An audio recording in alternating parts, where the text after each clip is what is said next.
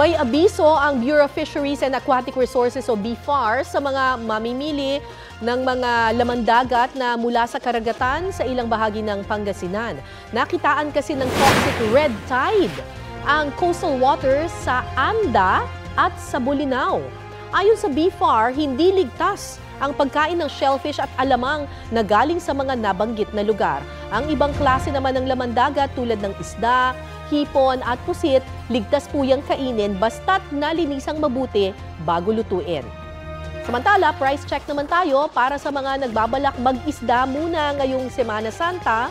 Batay sa huling monitoring ng Department of Agriculture sa ilang pamilihan sa Metro Manila, nasa 140 pesos hanggang 250 pesos ang kada kilo ng bangus. 120 hanggang 180 pesos naman ang tilapia. 180 hanggang 320 pesos ang galunggong. Samantala, ang alumahan naman nasa 270 hanggang 360 pesos kada kilo. Mula naman 100 hanggang 120 pesos ang presyo ng kada kilo ng tamban.